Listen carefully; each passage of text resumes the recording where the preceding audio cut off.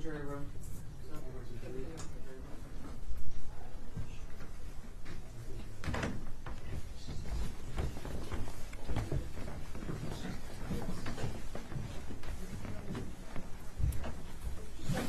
Oh, sorry.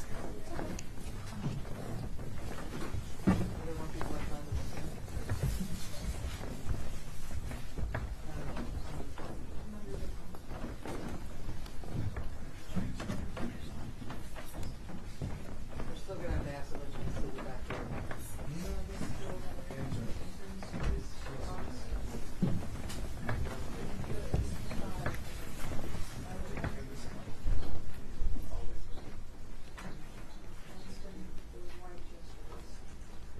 Thank you, lady, be seated.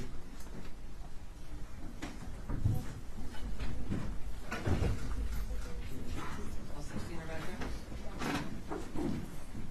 This will be a moment.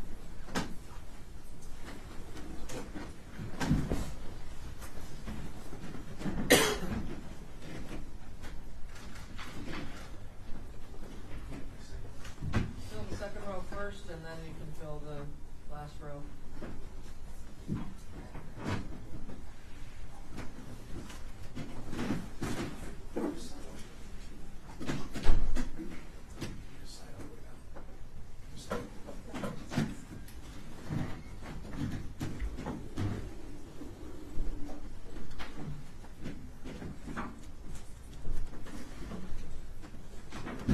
Are there any other members of the media outside of cameras that want to come in?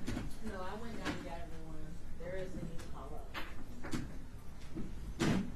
We've got most of the seating already taken up, so anyone who's in the first row, when we take a break, if the jury's gonna go out into the hallway, you're gonna have to exit that first row so that they can get, out of the courtroom, okay?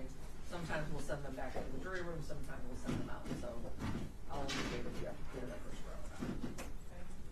You ready to begin?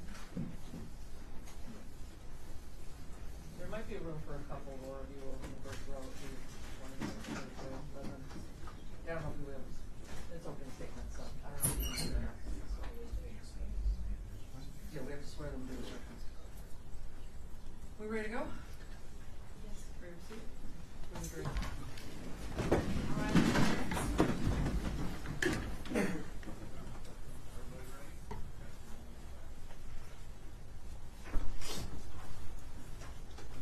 All rise for the jury. Thank you.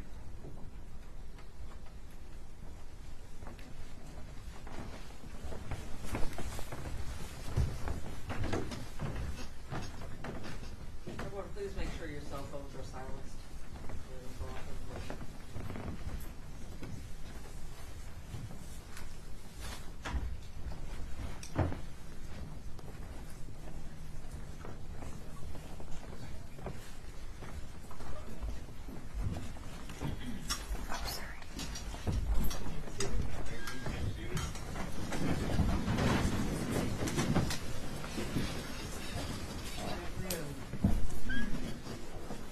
Recalling case number 24-000535, People versus Michael Jackson-Bolanos. This matter's on the docket today for jury trial in progress.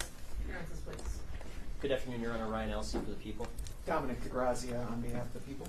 And Brian Brown on behalf of Mr. Jackson-Bolanos. Good afternoon, Jeff Clinton from RPT 82448, appearing on behalf of my client, Mr. Jackson-Bolanos, who appears to my immediate right.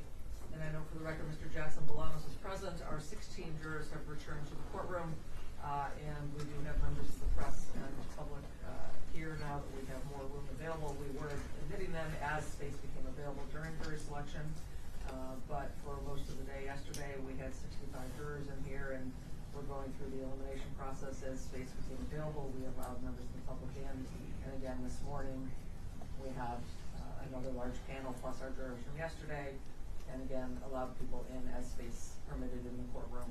And so we are ready to proceed. We do have our jury selected now, and we are ready to proceed with the preliminary instructions and then opening statements. And so first, members of the jury, you've been chosen to decide a criminal charge made by the state of Michigan against one of your fellow citizens. In a moment, I'm going to ask you to stand and swear to perform your duty to try the case justly and to reach a true verdict. If your religious beliefs do not permit you to take an oath, You may instead affirm to try the case justly and to reach a true verdict. Could all the jurors please stand and raise your right hand? After the clerk has administered the oath, please respond by saying, "I do" or "I affirm." Each of you do solemnly swear or affirm that, in this action now before the court, you will justly decide the questions submitted to you, that, unless you are discharged by the court from further deliberation, you will render a true verdict, and you will that you will render your verdict only on the evidence introduced and in accordance with the instructions of the court? I affirm. Thank you, ladies and gentlemen. Please be seated. So now I'm going to read to you the preliminary instructions in this case. If you follow along best by reading along, they're in the binder that you were given. That is your binder for the duration of this trial. In addition to the instructions I'm about to read, you also will have a notepad for taking notes and a pen, and also some half sheets that are white in color that you can write questions for witnesses who are on the stand, and I'll explain the procedure on how we allow jurors to ask questions. And so if you follow along best by reading along, feel free to do so. If you'd rather just close the binder and listen to me as I read the instructions, that's fine too, whichever way you'll absorb the information best.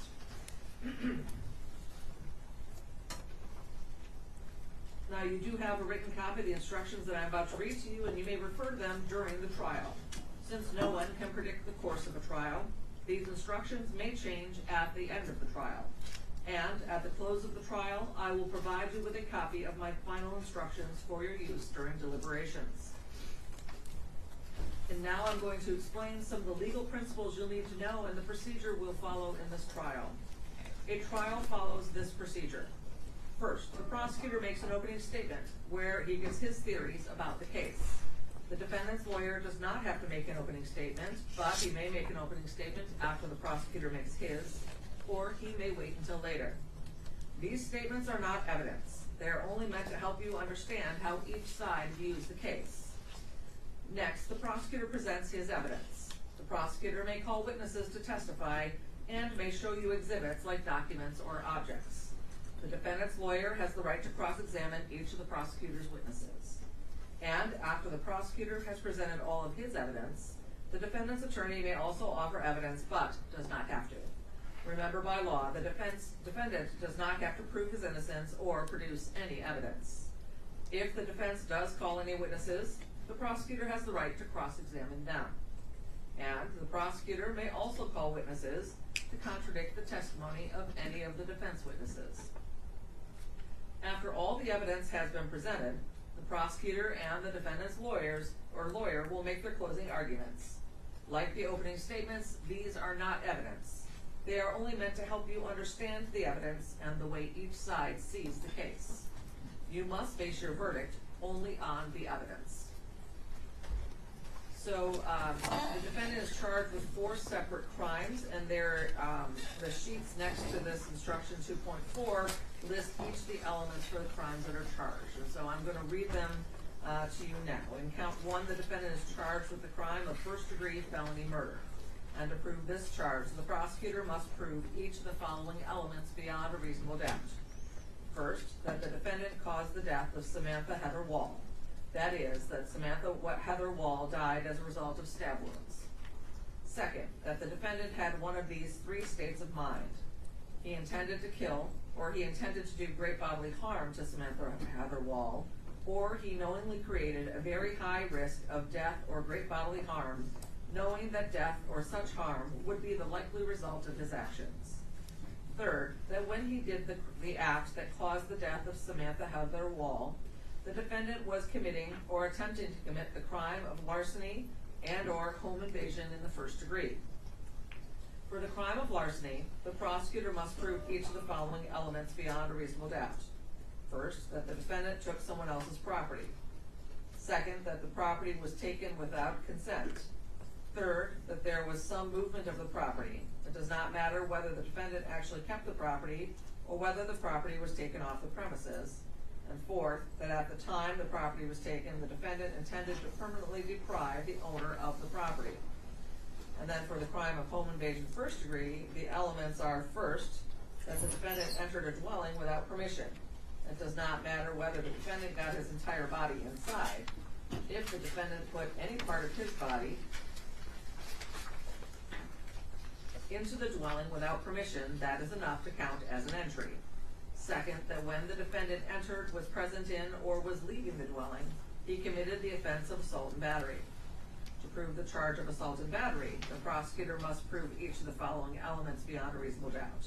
First, that the defendant committed a battery on Samantha Heather Woll. A battery is a forceful, violent, or offensive touching of the person or something closely connected with the person of another. The touching must have been intended by the defendant, that is, not accidental, and it must have been against Samantha Heather Woll's will. It does not matter whether the touching caused an injury. And second, that the defendant intended either to commit a battery on Samantha Heather Woll or to make her reasonably fear an immediate battery. And third, that when the defendant entered, was present in, or was leaving the dwelling, either of the following circumstances existed.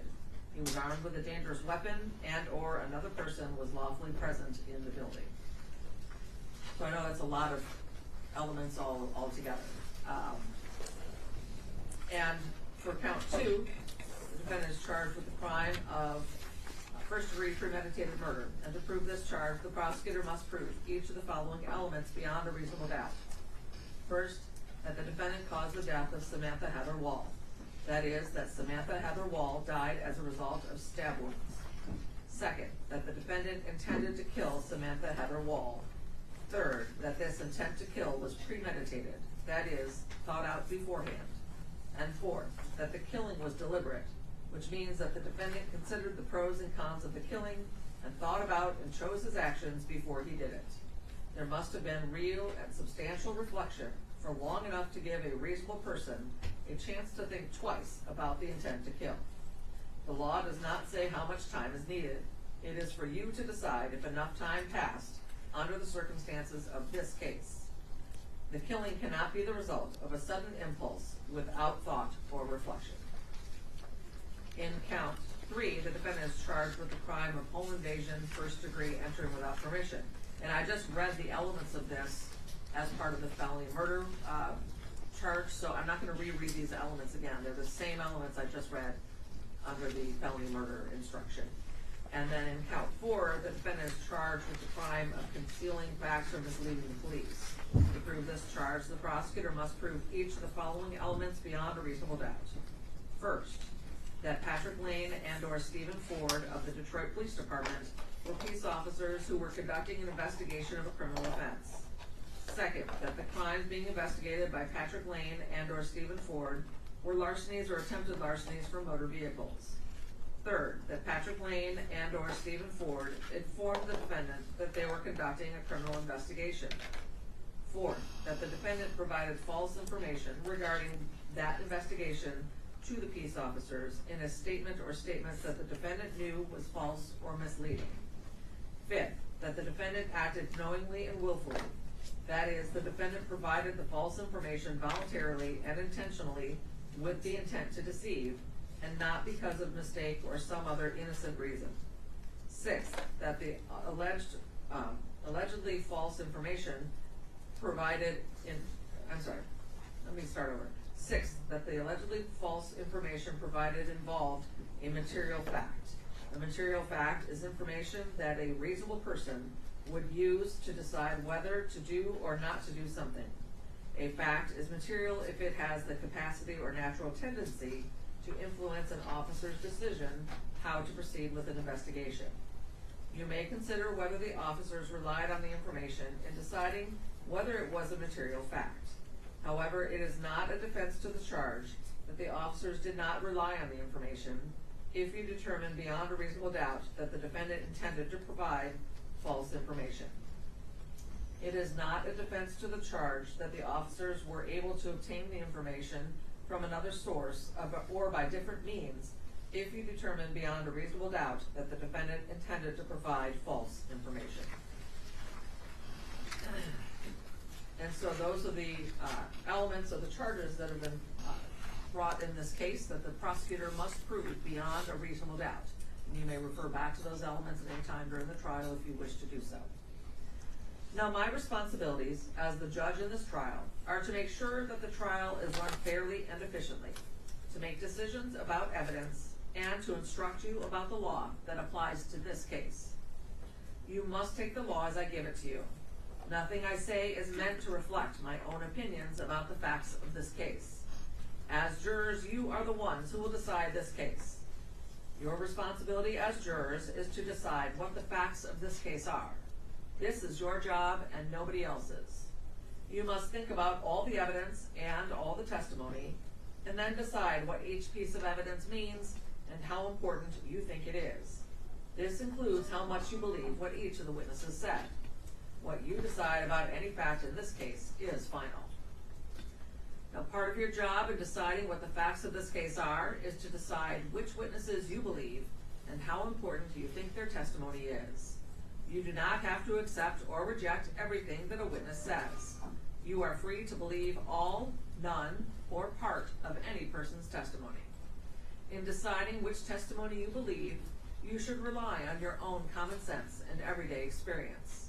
However, in deciding whether you believe a person's testimony, you must set aside any bias or prejudice you may have based on the witness's race, national origin or ethnicity, gender, gender identity or sexual orientation, or religion, age, or socioeconomic status. There is no fixed set of rules for judging whether you believe a witness, but it may help you to think about these questions. Was the witness able to see or hear clearly? How long was the witness watching or listening? Was anything else going on that might have distracted the witness? Does the witness seem to have a good memory?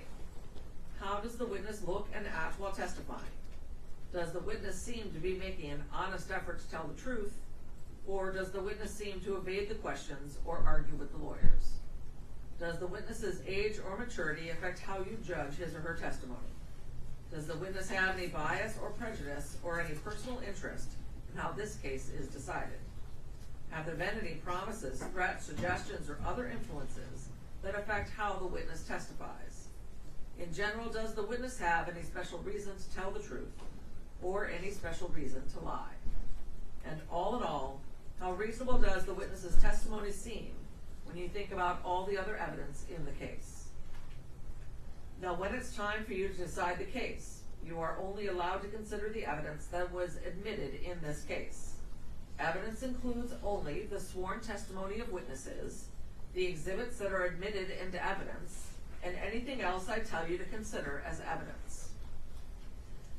Now, the questions the lawyers ask the witnesses are not evidence. Only the answers are evidence. You should not think that something is true just because one of the lawyers asks questions that assume or suggest that it is. Now, I may ask some of the witnesses questions myself. These questions are not meant to reflect my opinion about the evidence. If I ask questions, my only reason would be to ask about things that may not have been fully explored, or to clarify something for the record. And you'll often hear me ask a witness, was that a yes or a no, if they shake their head or they give me an uh-huh or an uh-uh. Now, you may take notes during the trial if you wish. Of course, you don't have to. In a case this long, it is really helpful if you take notes during the trial when people are testifying, because we do not have transcripts readily available to give to you, at a moment's notice. It could take a couple of days to get transcripts prepared and give it to you. So if you take notes about what people are saying and things that you deem important, it may help you when you're in deliberations to look back at your notes and remember what was said in the courtroom. Now, if you do take notes, you should be careful that it does not distract you from paying attention to all of the evidence. When you go to the jury room to decide your verdict, you may use your notes to help you remember what happened in the courtroom. If you do take notes, do not let anyone except the other jurors see them. And then you're allowed to take them in during deliberations, and during recesses in the evenings, you'll leave them on your chair. No one will have access to them. The courtroom is locked. And so no one will have access to look at your notes. When your jury service is over, your notes will be collected and destroyed by the court staff.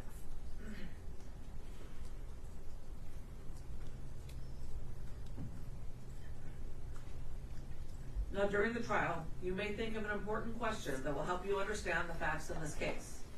You are allowed to ask such questions of the witness who's on the stand. Make sure it's a question that witness would have knowledge of. If it's something that somebody else might have knowledge of, wait till that witness is on the stand. But you are allowed to ask questions of the witness, but you have to wait until both parties have finished their questioning. And when they're done, I'll turn to the jury and say, are there any questions from the jury? At that time, raise your hand, let us know you have a question, write it on the half sheets that are in your binders. The deputy is gonna come and get that from you, and the attorneys are gonna approach the bench, and they're gonna read the question with me, because they do have the right to object if that question would violate one of the rules of evidence, or if there's some legal reason why that question cannot be asked. So they'll come up, they'll look at it. If it's allowed to be asked, I'll ask it. And if it's not, it won't be asked. And so if your question is not asked, it's because I determined under the law that the question should not be asked. Do not speculate about why the question was not asked. In other words, you should draw no conclusions or inferences about the facts of the case, nor should you speculate about what the answer might have been. Also, in considering the evidence, you should not give greater weight to testimony merely because it was given in answer to questions submitted by the members of the jury. Now, if you cannot hear something that is said or presented, or if you cannot see a witness or evidence, please raise your hand immediately, and we will ask to have it repeated or turn up microphones.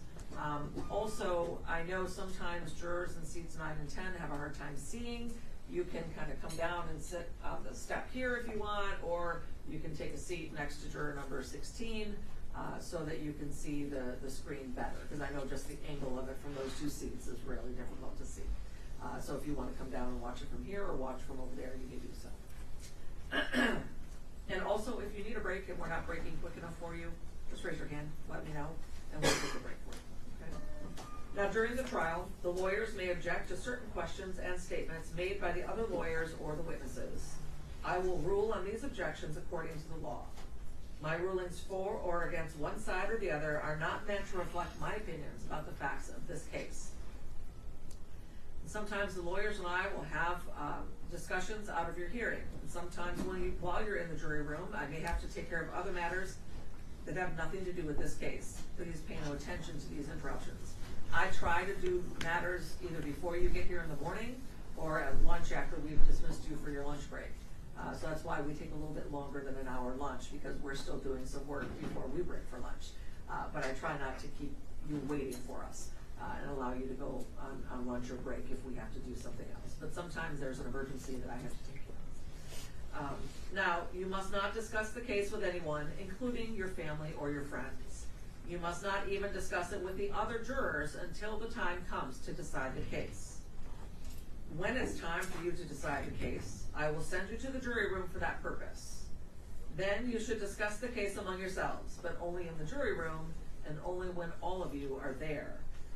You must not talk to the defendant, the lawyers, the witnesses, or anyone who may be connected to this case, and that includes the media or any of the people that are in the audience here watching.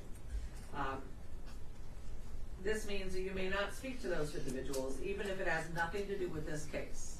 You should be very cautious about speaking to people, because you may inadvertently speak to someone connected with this case. This restriction is necessary to avoid even the appearance of any improper conduct by any person. If anyone tries to discuss the case with you or in your presence, tell them to stop. Explain that you are a juror and you are not allowed to discuss the case. Then, if they continue, leave and report the incident to the sheriff's deputy as soon as you return to court. And that goes with friends or family or anything. Even your employer, when you tell them you're going to be out for 3.5 weeks, they may be trying to guess what case, just say, I can't talk about the case, and shut down any conversation about the case, okay? You can't say what kind of case it is, you can't say anything about it, okay? That's just to make sure no one's putting in their 2 cents. We want you to have your decision based on the evidence and not what some of the people are telling you, okay? And when the trial is over, these restrictions will no longer apply. And then after the trial is over, you may, if you wish, discuss the case with anyone. Now, the restrictions that I'm about to describe are meant to ensure that the parties get a fair trial. In our judicial system, it is crucial that jurors are not influenced by anything or anyone outside of the courtroom. Under the law, the evidence you consider must meet certain standards. For example, witnesses must swear to tell the truth, and the lawyers must be able to cross-examine them. Because information obtained outside the courtroom does not have these safeguards, it could give you incorrect or misleading information. that might unfairly favor one side. These restrictions start now and continue until I discharge you from your jury service. It is your duty as a juror to decide this case based solely on the evidence you see and hear in this courtroom. You must not consider information that comes from anywhere else. This means that until you deliver your verdict, you must not read, watch, or listen to, or receive any information, including opinions or commentary about the case, whether in newspapers, on television, the radio, the internet, or on social media platforms. You also must not research any aspect of the case during the trial. This means research using a cellular phone, computer, or other electronic device to search the internet, as well as research with traditional sources, like dictionaries, reference manuals, newspapers, or magazines. You must not investigate the case on your own or conduct any experiments concerning the case, including investigation or experiments using the internet, cellular phones, computers, or other electronic devices. You must not visit the scene of any event at issue in this trial. If it is necessary for you to view or visit the scene, the court staff will take you there as a group under court supervision. You must not consider as evidence any personal knowledge you may have of the scene. And you must not share any information about this case by any means, including cellular phones or social media.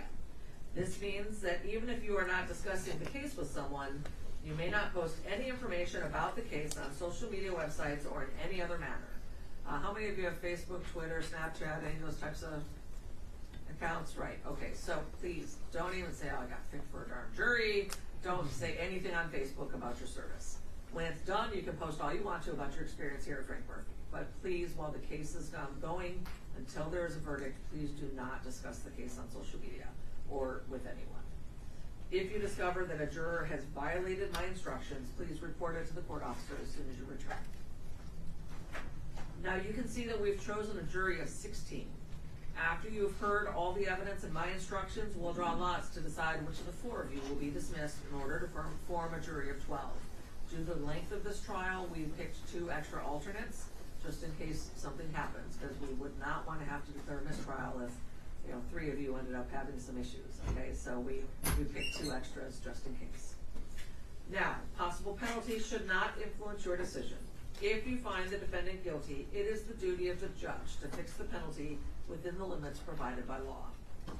Now, I may give you more instructions during the trial, and after all the evidence has been presented, you will hear the lawyer's closing arguments, and then following the closing arguments, I will give you additional instructions about the rules of law that apply to this case. You should consider all of my instructions as a connected series. Taken all together, they are the law that you must follow. And after my final instructions, you'll go to the jury room to decide on your verdict. A verdict must be unanimous. That means that every juror must agree on it, and it must reflect the individual decision of each juror. Now, it is important for you to keep an open mind and not make a decision about anything in the case until you go to the jury room to decide the case. You must not let bias, prejudice, or public opinion influence your decision. Each of us may have biases or perceptions about other people based on stereotypes. We may be aware of some of our biases, though we do not express them. We may not fully be aware of some of our other biases. Take the time you need to test what might be automatic or instinctive judgments, and to reflect carefully about the evidence. I caution you again to avoid reaching conclusions that may have been unintentionally influenced by stereotypes. You must reach your own conclusions about this case individually, but you should do so only after listening to and considering the opinions of the other jurors, who may have different backgrounds and perspectives from yours.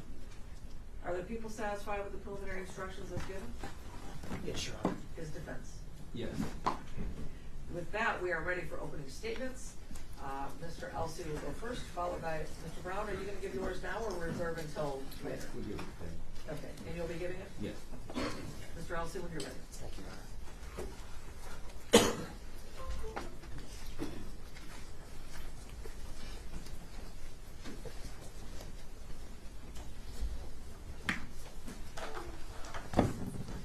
Just 1 second, Your Honor.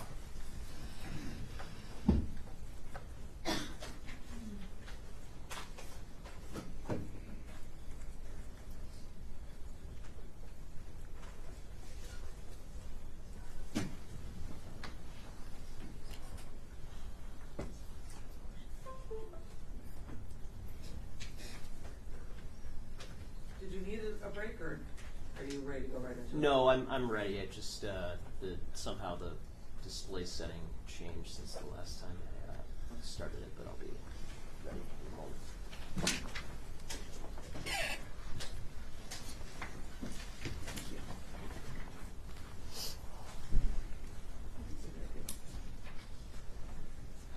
Good afternoon, ladies and gentlemen.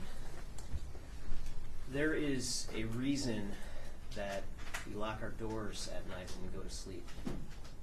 It is because of people who lurk in the night, people who could do us harm. And this case is about one such person, a person who you will see on one particular night prowled through our community looking for opportunities to go into spaces that weren't his to go into and to take things that were not his to take. And the most important thing that he ended up taking that night was the life of a woman named Samantha Woll, who you will hear was a somewhat prominent member of our community, the president of the downtown synagogue. And on the very last night of her life, on a night when someone was lurking in her neighborhood, she left her front door open. She gave him an opportunity to take from her. And that mistake turned out to be tragic, because at her home, at a place where she was supposed to be safe, she was stabbed to death. And the evidence in this case is going to show you that the man who did this to her is this man right here, the defendant, Michael Jackson-Bolanos. They didn't catch him until close to 6 weeks after her death. But when they did, he still had her blood on a jacket that he wore that night and on a backpack that he wore that night. Now, I want to walk you through the evidence that you're going to see and hear throughout this case, but I want to frame some expectations and some understanding up front, because when Samantha Woll's body was found outside of her home on October 21st, 2023, her death was a mystery at that time with very few leads. And you're going to see that this case was investigated by something called the Homicide Task Force, which includes homicide detectives from the Detroit Police Department, investigators from the Michigan State Police, and personnel from the FBI who worked together to identify Samantha Woll's killer. And part of what you're going to see in this case is the many steps that were taken in this investigation to show you that this was an investigation that started out very open-ended at first, with other suspects, other persons of interest looked at. And the investigation used cutting-edge investigative techniques, including forensic data from various sources, including forensic science, to zero in on the defendant. And I want to caution you, the presentation of this sort of forensic data, it's not splashy. Despite the camera that you're going to see in the courtroom throughout the trial, it shouldn't be dramatic. It's tedious. It's time intensive, which is why this trial is going to last so long. So I'm going to ask for your patience throughout this process. And that's especially so because for the first few days of the trial, you're not going to see any evidence even directly implicating the defendant. Instead, we're going to show you the same evidence that investigators had to work with at the early part of this investigation, the same clues that they had, the same limitations that confronted them, and the same foundation of evidence that was ultimately put into place that led them to the defendant. Now, Samantha Woll lived in the Lafayette Park neighborhood of Detroit, just across the I-375 freeway from this courthouse. And she lived in a community of townhomes. And on October 21st of 2023, at about 6:20 a.m., one of her neighbors found her body outside. She was outside of a unit right next to hers, 1368 Joliet Place. She was bloody. She was barefoot. She was cold to the touch at that time. when the police arrived, they found a trail of blood that led from her body to her townhome at 1366 Joliet Place. There was blood on the door. Inside the hallway leading to the living room, there was blood on the floor. There was blood smeared on the walls. Inside the living room, there was more blood. Pillows and blanket on the floor. Her contact lenses on the floor, suggesting she had been asleep before this attack happened. And when the police started to investigate her activities leading up to this night, they found that she went to a wedding in Sterling Heights that night and got home at about 12:30 a.m. And the police got a hold of her cell phone, which was found near her couch, and they performed something called a forensic extraction on that phone. They got all the data that they could on that phone so they could analyze it and try to see what her activities were leading up to her death. And they found a couple of important things. First, they found that her last outgoing text message was at 1:02 a.m. She simply sent a heart emoji to one of her friends. Second, they found that her phone was last unlocked between 1:29 and 1:35 a.m.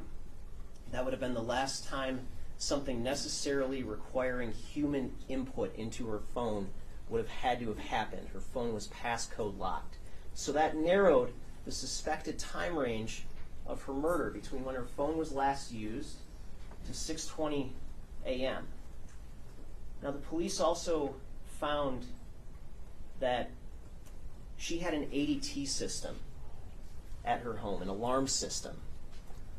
And there were sensors for that system. There was one by the front door, there was one attached to the back door, there was one attached to a basement door that led to a common hallway shared by other units in the building, and there was a motion sensor in her living room. And the police went to ADT and they used a search warrant to get data from that system to see if there was any information they could get about the system's activities the night of her death. And what they found was that although the ADT system wasn't armed that night, the system was still collecting data. And they found that at 12:31 a.m., her front door opened, consistent with her getting back from the wedding. They found that at 12:32 a.m., there was motion present in her living room. At 12:35 a.m. until 12:38 a.m., her back door briefly opened and then shut. And when police arrived, they found that the door had been shut and it was in the locked position when they arrived. At 1:01 a.m., there was a message in the data indicating that the front door was still open, and there's no indication that the front door ever closed that night. At 1:24 a.m., there's an indication in the data that that living room motion sensor was idle, meaning it wasn't detecting any more activity inside the living room at that time, any more motion. The next time that activity was detected, the next time motion was detected in the living room was at 4:20 a.m. And the system was idle again at 4:22 a.m. So that naturally made 4:20 an important time in this overall timeline, because that was the last time motion was detected in her living room after she stopped using her phone. Now, the police went back to the scene a couple of weeks later and they tested the ADT system and they pulled another data set to try to see whether the system was working and to see whether the times were accurate. And they found that the times that were in the data were accurate within about 12 seconds of real time. You're going to hear that an autopsy ultimately concluded that Samantha Woll died of a total of 8 stab wounds. All of the wounds were concentrated at her shoulders and above, focused on her neck and her head. This is the general information that investigators had to work with at the outset of the investigation. But there were limitations. There wasn't a video inside of Miss Woll's home that showed what happened. They looked for videos of other townhomes in that area to see if they could find anything capturing who came and went that night, but they couldn't find anything. They canvassed the neighborhood for eyewitnesses to see if anybody heard or saw anything relevant that night, and they didn't find anything. The closest thing they found was you'll hear from one of the neighbors who will tell you that he heard what he describes as a woman's voice at around 1:24 a.m., but it sounded to him like an older woman's voice and nothing violent. Now, there was a lot of blood at the scene, but that blood, to the extent it was tested, was identified as Miss Woll's blood. There were some fingerprints left at the scene, mostly in blood on the walls. And you're going to hear that many of those prints were not of sufficient quality to be analyzed to identify someone, and those that were came back to be Miss Woll's. There were footprints in the blood on the ground, but the footprints were bare footprints, suspected of being hers. The police talked to people at the wedding that she went to, but they couldn't find anything suspicious that had happened that night. They talked to dozens and dozens of people, friends, colleagues, family members, current, former romantic interests, but they couldn't find anything alarming or actionable. They couldn't find anything that led them to a true suspect. Now, the first major potential break in this investigation happened on November 7th of 2023. And that potential break, you will hear, was something that didn't even involve the defendant. You're going to hear that Miss Woll had an ex-boyfriend named Jeffrey Herbstman. And you're going to hear that on October 22nd of 2023, the day after Miss Woll's body was found, Mr. Herbstman came in to speak with the police and gave a statement and was cooperative. And he will tell you that the last time that he saw Miss Woll was on October 7th, after seeing her at synagogue. He will tell you that the night of her death, he was home after he returned from synagogue, and he stayed there all night. He will tell you that they dated for about a year, from approximately October of 2022 until July of 2023, but that their breakup was generally amicable. But you will hear that Mr. Herbstman has a history of depression and that he did not take her death well. And on November 7th of 2023, you're going to hear that he was in Kalamazoo for work, and he called the police during what he will describe as a panic attack. And when the police came and questioned him about why he was upset, you will hear that in a frantic state, he told them that he had essentially convinced himself that he may have killed Miss Woll. But he couldn't remember anything about it. And he couldn't articulate why exactly he felt that way. Now, because Mr. Herbstman made that incriminating statement, when he testifies at trial, he's going to testify with something called use immunity. And what use immunity means is we can't force somebody to sit in that witness chair and acknowledge that they previously made an incriminating statement. And so for the hour or so that he's in the witness stand, whatever he says can't be used against him in a future criminal proceeding. But you will hear that what he says is not anything that could be used against him in a future criminal proceeding, because he will tell you that he had absolutely nothing to do with Samantha Woll's death. And he will tell you that when he said what he said on November 7th, he had just gotten an increased dosage of the antidepressant that he was on. He used some cannabis, and he had this one-time delusional panic attack that set in and prompted him to feel what he felt and say what he said. But because he said what he said, he was deemed a suspect, and the police looked into him, and they tried to collect evidence against him. And they had this ambiguous statement from Kalamazoo. You're going to hear, though, that the police did not find any evidence placing Jeff Herbstman at the scene the night that Miss Woll was killed. They didn't find his DNA at the scene. They didn't find his fingerprints at the scene. You're going to hear about a lot of video that was collected from surrounding areas. He didn't materialize in any of that video. You're going to hear that they didn't find any evidence that he left his home that night, that his phone placed him at his home the entire night after he returned from synagogue, consistent with his statement. You're going to hear that They searched his cell phone. They downloaded it and forensically extracted at 2 different points.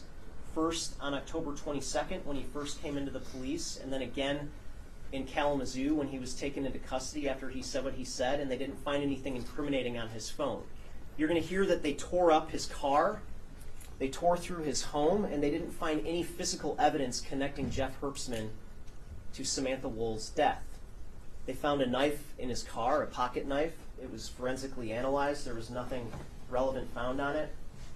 They found a couple of items in his car, including a dog collar that initially tested positive for suspected blood, but it turned out not to be human blood. Samantha Woll's blood did not show up in his house, in his car, on his clothing. And Jeff Herbstman was eventually released and cleared as a suspect. Now what you will see is that when he was released, it was publicly reported that a suspect was released in this case on November 11th of 2023. And the very day afterward, it was later found, once the defendant's phone was recovered, that the very day after that news report was made that a suspect had been released, the defendant was searching the internet for how to get out of town. Detroit same-day passport showed up in his search history for that day. Now, while some of the investigation team was focusing on Jeff Herbstman, another part of the investigation team was focusing on the one other major lead that they had, and that is some video from near Miss Woll's home. Near her building, there is an elementary school called Chrysler Elementary School, and that school has a camera that points down Joliet Place. The camera isn't positioned such that you can see Miss Woll's unit or her building, but you can see the parking lot that Joliet Place dead ends into that is close to her building. And when police got a hold of that video, they scoured it. They looked at hours and hours of that footage. And what they found was that at 3:52 a.m. and at 4 a.m., just before that motion was detected in her living room, there was a figure in that parking lot who appeared to be tampering with some cars. Now, this caught investigators' interest because it tended to suggest that here we have someone engaged in criminal activity in the same area of Miss Woll's murder on the same night of her murder. It was also something that caught investigators' interest because that very same night, one of the cars that was parked there, and it's not visible in this still shot, it's just to the left of the green circle where the tree obscures part of the image, but one of those cars had its tires slashed that same night that Miss Woll was stabbed to death. So the police engaged in a colossal effort to pull as much video as they could from all of the surrounding area, any building they could find that had a camera on it, to try to retrace the footsteps of the individual that they saw tampering with cars in Miss Woll's parking lot. And they pulled video from dozens and dozens of locations. And when they analyzed that video, they got a pretty good sense of what this individual's trajectory was during the night of Miss Woll's murder. And when they were able to identify that individual's position at specific places and at specific times that night, the FBI went to T-Mobile to see whether T-Mobile could identify any cellular devices that were consistent with being in some of those same locations as this individual at the same time as the individual was depicted on video. You see, these phones that we carry around with us, they're constantly interacting with cell towers. Even when we're not making calls, data is being sent back and forth from our phones to cell towers. And our providers, like T-Mobile, keep records of that data. And that data can give investigators a pretty good idea, not a perfect idea, but a pretty good idea of where our phones have been at specific times. And when the FBI worked with T-Mobile to identify devices consistent with following the trajectory of the person identified in the video, they found that there was one device that matched that trajectory, and it was the defendant's phone. And you're going to see through a combination of that cell phone evidence and video, you're going to see the defendant's route that he followed that night. And you will see that at 12:42 a.m., just as Miss Woll's night was ending, as she got home from the wedding, the defendant's night was just getting started. And you're going to see at that time, he left his girlfriend's apartment in Midtown, Detroit. He was wearing a black North Face jacket, dressed all in black. You're going to see that at 1:44 a.m., and in between these two times, 12:42 and 1:44, you're going to see that a combination of video and phone records trace him going from the Midtown neighborhood south into downtown Detroit, across downtown Detroit, and then over to the Lafayette Park neighborhood right near Miss Woll's home. And you're going to see that at 1:44 a.m., he is in that neighborhood. He's just about a block away from her home, and he's still wearing that North Face jacket. And you're going to see that phone data suggested that he stayed right around that area for about 18 minutes on a night when her door was open, the first time he passed through the area that night. You're going to see that at 12:16 a.m., and this comes from materials recovered from his cell phone, that at that point in time he took a video from inside a secured parking garage at a building called the Ducharme Place Apartments, which is just down the street from Miss Woll's home. He simply took a video of a car and then later texted it to his girlfriend. You're going to see from there, phone records and video then trace him leaving the Lafayette Park neighborhood and going into the Rivertown neighborhood, and that at about 3:05 a.m., he's observed on video going into a parked car and emerging with a white bag.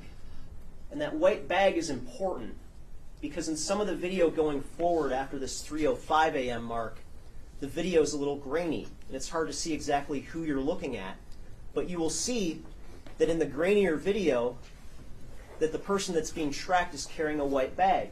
And you will see that the person tampering with the cars in the parking lot right near Miss Woll's home, right before motion was activated in her living room, was carrying a white bag. You're going to see that at 3:12 a.m., video and phone data places him in the Harbortown area, where he is observed jumping over a brick wall into another secured parking area to tamper with more cars. You're going to see at 3:24 a.m. that he crosses back over Jefferson and starts moving toward the Lafayette Park neighborhood again. And at that point, at 3:24 a.m., he's wearing the North Face jacket, he's carrying the white bag, and he's wearing what appear to be blue surgical gloves while walking alone in the middle of the night. From there, you will see that the phone data traces his route back toward the area of the scene, where you will see this individual tampering with cars in the parking lot near Miss Woll's home. There is a gap in video between 4 a.m. and 4:20, but you will hear from the FBI special agent who mapped the defendant's phone records that during that time, and especially at 4:20, at the very moment that that motion was activated in Samantha Woll's living room, that the defendant's phone was consistent with being right in that area. And in fact, he will tell you that if he had been looking for the defendant in real time at that point, using the data that he has, that's the very first place he would have looked for him. You're going to see that at 4:24 a.m., after that motion ceases in the living room, that the defendant is then on this side of the freeway, on the other side of the freeway, moving away from the scene, still wearing the black North Face jacket, and now wearing what appears to be a gray backpack, something that he acquired along the way. You're going to see that video and phone records then trace him going back to his girlfriend's Midtown apartment, where he arrives and is welcomed by her at about 4:55 a.m., still wearing the gray backpack and the North Face jacket. Now, the police arrested the defendant on November 30th of 2023. And when they arrested him, they had a search warrant to search that apartment, his girlfriend's apartment in Midtown, located at 454 West Alexandrian Street. And when they searched that apartment, they found a North Face jacket that looked an awful lot like the one he was wearing on video that night. And that North Face jacket was sent to the Michigan State Police Crime Laboratory to be forensically analyzed. And they found that there were 2 spots of blood still on that jacket. And that blood was swabbed, and it was tested for comparison with Miss Woll's DNA to see if her DNA was in that blood, to see if that was her blood. And you're going to hear that forensic scientists, when they testify, they don't talk in terms of matches or certainty. They talk in terms of probabilities, scientific probabilities. But what they found was that the probability, the likelihood that that blood on his jacket was Miss Woll's blood was astronomically high. For a swab of the blood from the higher right sleeve, they found that it was 2.2 trillion times more likely to be her DNA in that blood. For a lower right sleeve swab, they found that it was 32 quintillion times more likely to be Samantha Woll's DNA in that blood. 32 quintillion is a number that is so large, it is 32 followed by 18 zeros. Now, when that jacket was found and recovered 6 weeks after Miss Woll's death, there wasn't a lot of blood on it. It wasn't visible to the naked eye. But forensic scientists have tools to locate hard-to-find blood, to locate blood that could have been concealed in some way. One of those tools they have is something called an alternative light source. It's kind of like a black light. And interesting, you'll see that the defendant searched the internet for the phrase, black light sees what? October 31st, just over a week after Samantha Woll's death. You're also going to hear that this particular jacket was washed. Now, you're going to hear that when the defendant was in custody after his arrest, he placed a recorded phone call from the Wayne County Jail to his girlfriend, who's named Tierra White. That's the woman whose apartment he was staying at, the woman who saw him off before he left the night of Miss Woll's murder, the woman who greeted him when he came home. And you will hear on one particular recorded call from the Wayne County Jail that they discussed this jacket. They discussed this jacket. And she told him that she washed the jacket. As they were discussing why there wasn't a lot of blood on the jacket, she told him that she washed the jacket. And as soon as she told him that, you will hear that that call suddenly ended. And you will hear that several minutes later, he called her back and he lashed out at her for saying that. And he said, and I quote, "I don't want to hear what you got to say about that shit." Now, at any rate, when the police arrested the defendant on November 30th, they also searched his vehicle that he was arrested in. And inside the vehicle, they found a backpack that looked a lot like the backpack that he was wearing that night. And that backpack, it turned out, still had some visible blood on it, a small spot, but still visible to the naked eye. That blood was swabbed and sent to the Michigan State Police Crime Laboratory, and they found that it was 20 septillion times more likely to be Samantha Woll's DNA in that blood than somebody else's. And again, that is a number that is so high, it's even bigger than a quintillion. It's 20 followed by 24 zeros. Now, when the defendant was arrested on November 30th of 2023, he was given his Miranda rights and he agreed to make a statement with some detectives. And you're going to hear that during the course of this statement, he provided 4 different versions to them about what his activities were the night of Miss Woll's death. You're going to hear that at first he denied he was engaged in any criminal activity whatsoever. He then claimed that he was out taking pictures of cars for other people to steal, but that he didn't do anything wrong himself. He then claimed he may have tried a couple of car handles but didn't take anything out of cars, and then finally acknowledged that he broke into cars and broke into parking garages and took things that weren't his to take. You're going to hear that during the first part of this interrogation that the investigators did not tell him that he was under investigation for a violent crime. They did not tell him that he was under investigation for Samantha Woll's murder. Yet, during that first part of the investigation, he repeatedly volunteered to those detectives, even though there was no mention of violence on their end, that he didn't do anything violent to anybody. He didn't hurt anybody. He didn't rob anybody. And you're going to hear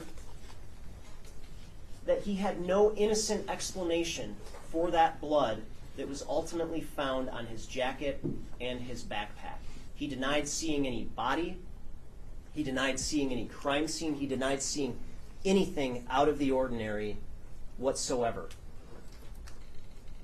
Now, when he was arrested on November 30th of 2023, there were also some knives that were recovered. There was a knife recovered inside his girlfriend's apartment, a pocket knife that was inside of a men's jacket, and there was also a knife that was recovered from his own person when he was arrested. And you're going to hear that when he was originally arrested, he was pulled over in Roseville, and the trooper who placed him under arrest patted him down but didn't find the pocket knife. And so he sat there with this trooper on the way downtown for about 30 minutes without letting him know that there was a pocket knife on him. It was finally recovered once he got into the interview room at police headquarters. And when asked about the knife, the pocket knife that he had on him and why he had it on him, he said that he carried the pocket knife on him as a seatbelt cutter, to cut his seatbelt off if he ever got into an accident. He was released on November 30th pending the DNA testing, but when the initial DNA results came back on December 10th, showing the blood on his jacket, he was taken into custody again, and he was questioned again. And again, he had absolutely no innocent explanation for how Samantha Woll's blood got on his clothing. So in sum, ladies and gentlemen, you are going to see that on a night that the victim left her door open, that the defendant was in her neighborhood engaging in crimes of opportunity, that she was stabbed to death that night, and that her blood was still on his clothing weeks later. As a result of this, the defendant has been charged with murder, he's been charged with home invasion, and he's been charged with lying to the police. And at the conclusion of this case, I'm going to ask you to find him guilty of each and every charge. Thank you. Thank you, Mr. Elsie. Mr. Brown? Good afternoon, ladies and gentlemen. Now, my version and my reviewing of the facts and the evidence, I believe will be like yours. Completely different than what the prosecutor indicates. Yes, Samantha Woll tragically died on October 21st. However, it was not Michael Jackson-Bolanos who did this. She was stabbed 8 times. In the neck, in the back of the head, in the back of the neck. To me, that would indicate a crime of passion. This wasn't just some random person walking into her house trying to steal anything. And another thing the prosecutor would not indicate, nothing of value was taken from her house.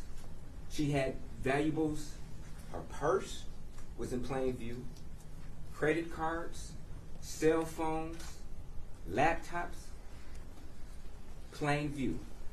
Now, I suggest if anybody came into this particular house to steal something and to stab her 8 times, surely they would have taken something of value. Another thing that the prosecutor would not mention. She was beaten up.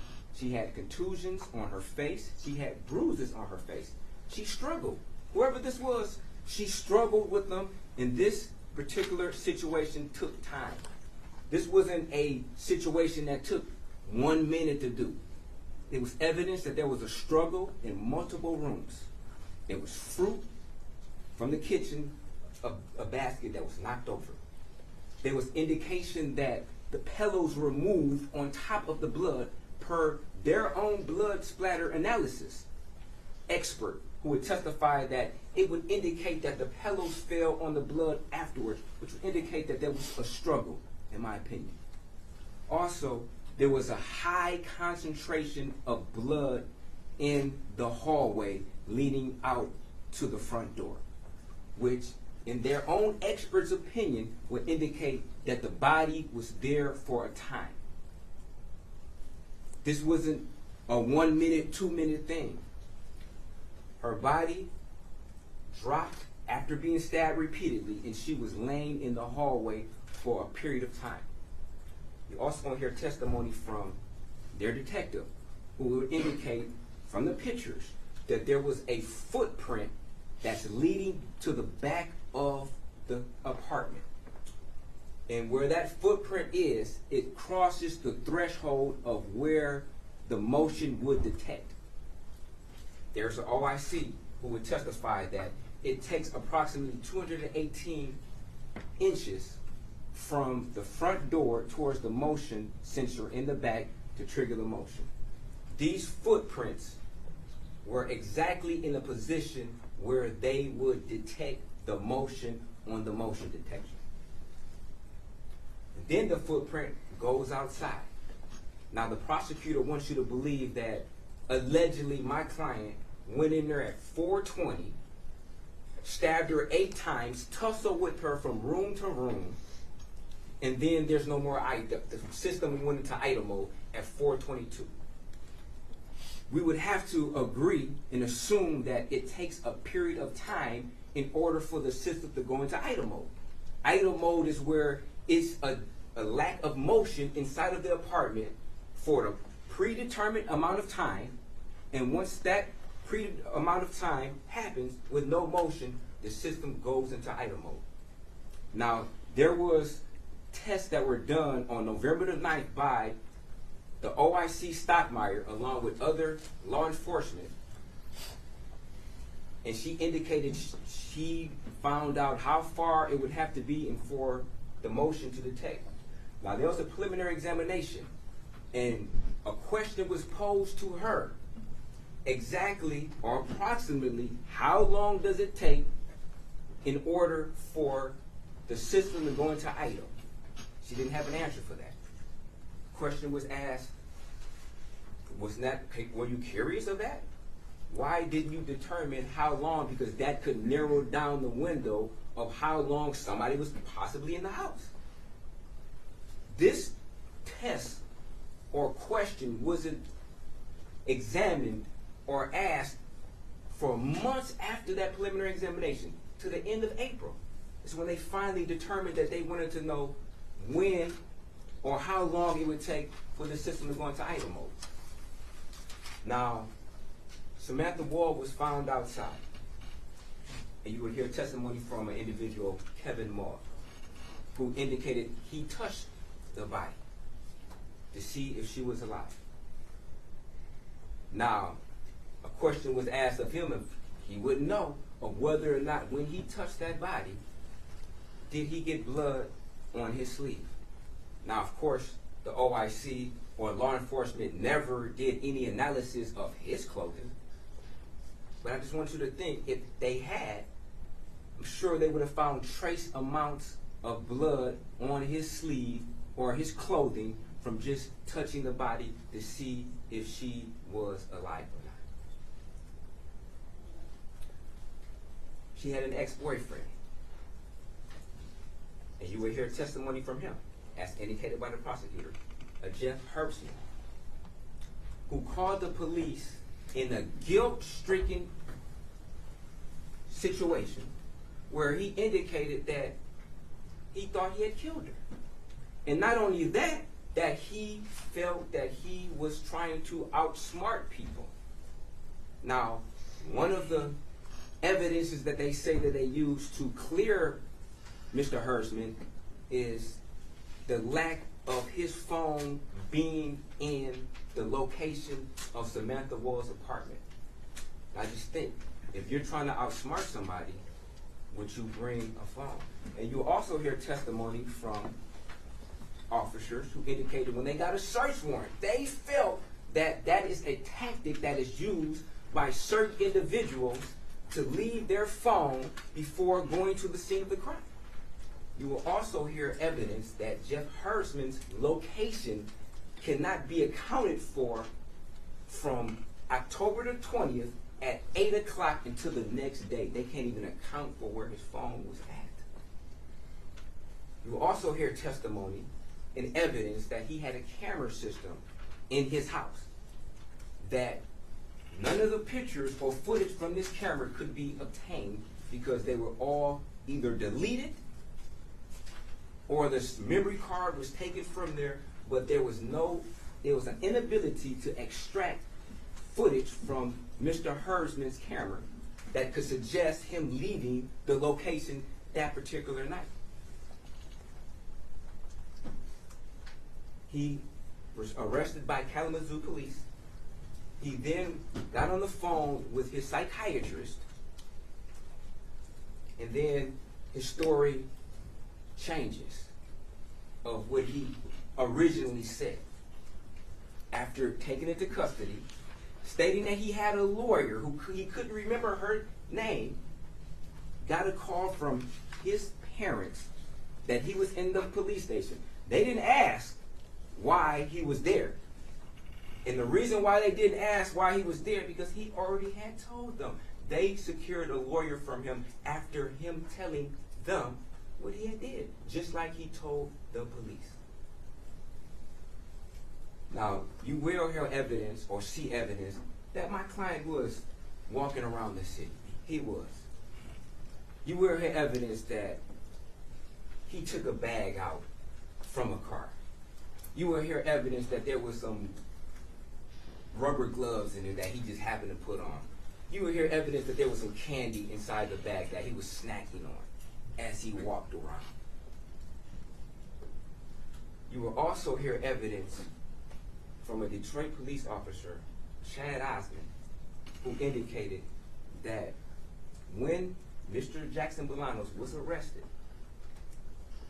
that he in fact told Officer Osmond that, yes, I was in the area. I seen somebody laying on the ground. I walked over to the body to see if they were alive, and I touched her. And I realized she was dead and ran off. Judge, objection could be approached. Yes.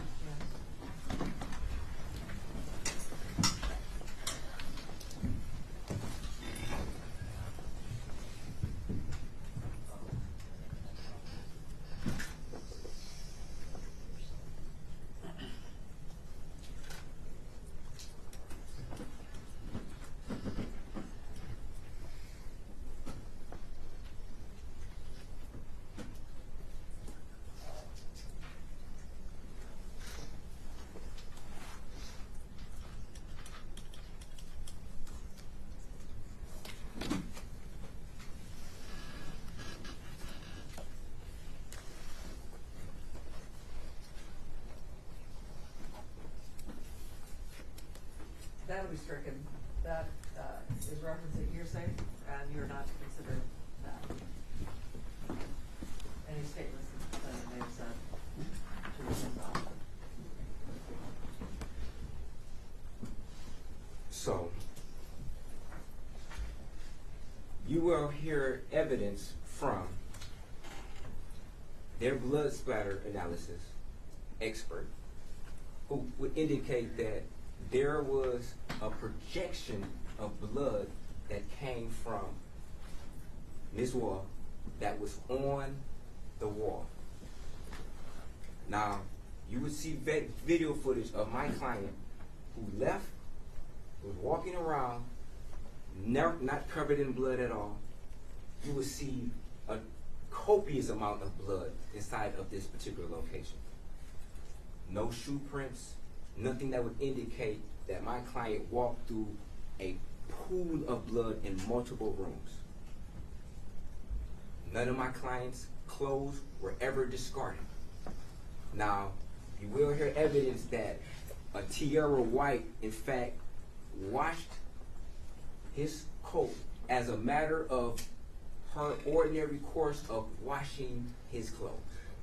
She would state that he would wear this jacket, which is more akin to a hoodie, that he would wear, she would wear it, and when he comes home from wearing it, or when she comes home from wearing it, it's thrown into the dirty clothes hamper, and then subsequently washed as a matter of course. Now, the telephone call that was referenced by the prosecutor is my client, at that point in time, had no idea she washed it. He's indicating like, hey, if I did what they said I did with all this blood, I'd have been covered in blood. It would have been covered in blood. And then she makes a statement like, oh, I washed it. Unbeknownst to him, this was news to him, unbeknownst to him that she washed this particular jacket. He never instructed her to wash the jacket. He never tried to discard the jacket, throw the jacket away, the pants he was wearing, the shoes he was wearing. None of these items were ever discarded. Now the prosecutor is going to try to submit multiple knives that my client just happened to have. One of them in an old jacket that he didn't wear for months that they found in a pocket. One of them was in another pouch, and one was on him when he was subsequently arrested the second time. These knives were sent off to be analyzed, and of course, none of the knives came back with any evidence whatsoever that would associate my client with Ms. Woll or being at this particular scene. The only evidence that they have is a trace spot on the back of a sleeve. The back of the sleeve, not the front. There's no blood anywhere on the front of his jacket. There's no blood on the front of pants. There's no blood on the shoes at all.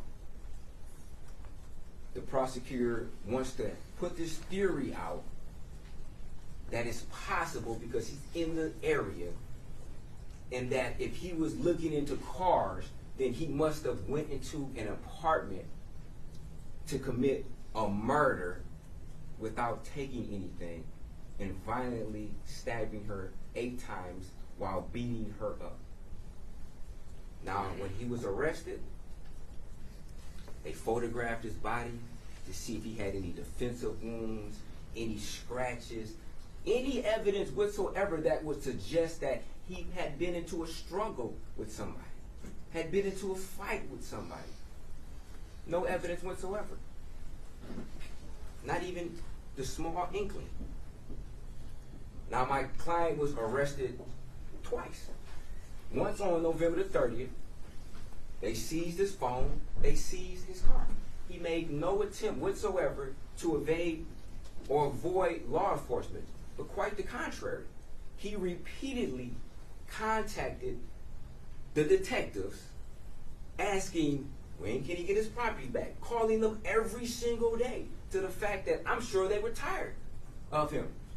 Simultaneously, they had him under surveillance. Unbeknownst to him, he went about his lifestyle, going to work, going to home, taking his friend to work, made no effort whatsoever to try to leave, to conceal, or do anything whatsoever. Now, when he was questioned by the officers originally made reference to glasses that my client had previously pawned.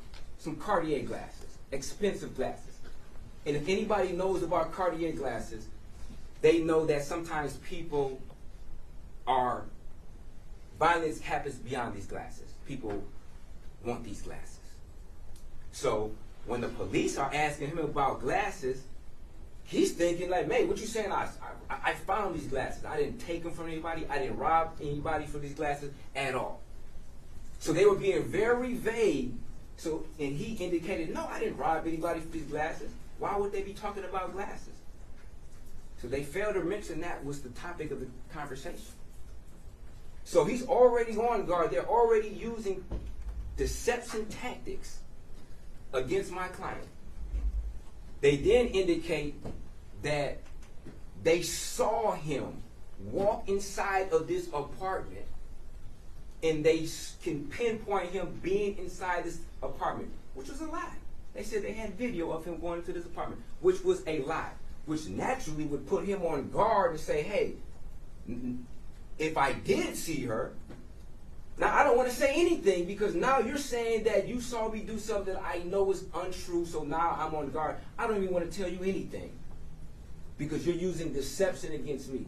And sometimes deception begots deception. And that's exactly what happened in this particular situation.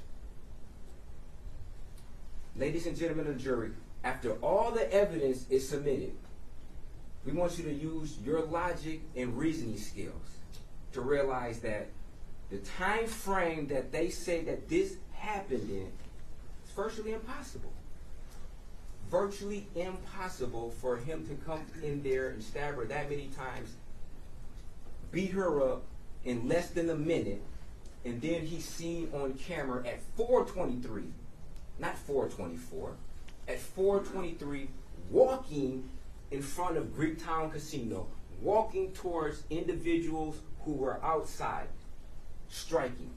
Made no attempt whatsoever to conceal himself. Had he been involved in a bloody murder, surely you're not going to walk towards people. You'll be covered in blood. People would notice that as you walk by somebody being covered in blood after the way that crime scene looked. You're going to hear from a witness, James Griffian, who indicated he was sure, he distinctively remembered hearing at 1:38 something that really shook him or really got to him. And he felt guilty about it. He tried to convince himself that he did not hear Samantha Woll scream or make a statement, don't do something. Maybe don't stab me, don't hurt me. He distinctively remembers and tried to convince himself that that wasn't the case because he would feel bad and he felt callous for the next 24 hours, which is around the time of when her last activity of her phone was around 1:30ish is when he heard that. He's then approached again months later by officers, and he changes his story up and says that, oh, that couldn't have been the case. I think it was earlier because I got up to let my dogs out, and then I went back to sleep, and I have a watch to substantiate that, I guess suggesting that he went back into REM sleep. If anybody knows what REM sleep is, rapid eye movement sleep, which takes quite some time to get to, that he went back from walking his dog, from waking up, walking his dog, back to REM sleep in a matter of like 4 minutes, which I would think that it was incorrect. He just wanted to convince himself that he did not hear the murder of Samantha Woll because that would be weighed upon his conscience. So ladies and gentlemen, please pay real good attention to what you hear and just think logically. And I believe you will come back with a not guilty. Thank you. Thank you, Mr. Brown. So we normally end in 10 minutes. I don't think we'll get any witnesses' testimony in the 10 minutes that we're here. Our normal hours are from 9 a.m. until 3:45. I am gonna ask you to try to get here by about 8:45, just so that we can try to get started by 9. Please make every effort to get here. Stay in the hallway till the deputies bring you in. Never ever enter the courtroom without the deputies bringing you into the courtroom, because you could walk in the midst of something you're not supposed to hear. So, please always wait in the hallway till the deputies bring you in, okay? So don't discuss the case, and leave your binders on the chairs, and we'll see you tomorrow morning at 8:45. Clear the front row, please. Nobody needs to get anything out of the third room. You may bring lunches if you want, and we're trying to do a refrigerator in the jury room in the morning, if you want to bring food with you, okay? And you may have a sealed bottle of liquid in the courtroom if you need to drink something from the trial. Judge, if you need them to fill out the form, do they fill them out already? What's that? Do you have a form? Yep. They can fill it out outside? In the hallway? Okay. If you can wait in the hallway, the deputy is gonna bring the form out to you, and have you fill it out, for the court's purposes.